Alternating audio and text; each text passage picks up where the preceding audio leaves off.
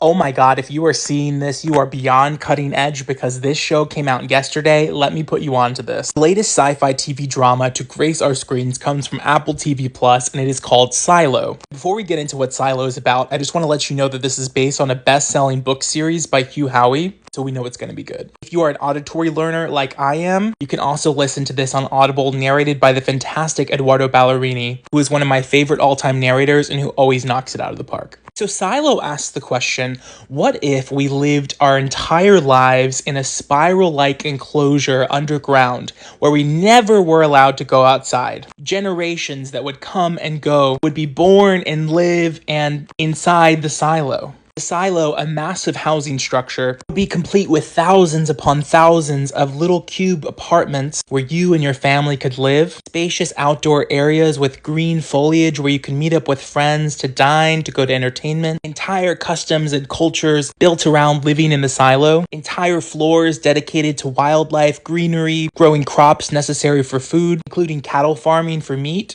However, if you live in the silo, you may never go outside, because what is on the outside world immediately. Members of the silo live in these 70s style apartments, which are quite spacious for being underground, but they must live by the cardinal rule, pact that was set over 140 years ago, that to ask to go outside of the silo is tantamount to treason. Sure, you may socialize and meet up with your friends, especially on Freedom Day, standing on the spiral staircase as the leaders of the silo give updates about life inside the enclosure. Sure, you may go to the public forums, you may have jobs and earn wages and go to work, you may even be a technological operator or work for the generator that keeps the silo powered. But to ever ask to leave the silo, your wish will be immediately granted, and you will be forced out into the dystopian nightmare that is the outside world, where you will not survive for more than a few seconds. When our story begins, Allison, who is played by Rashida Jones, dares to ask,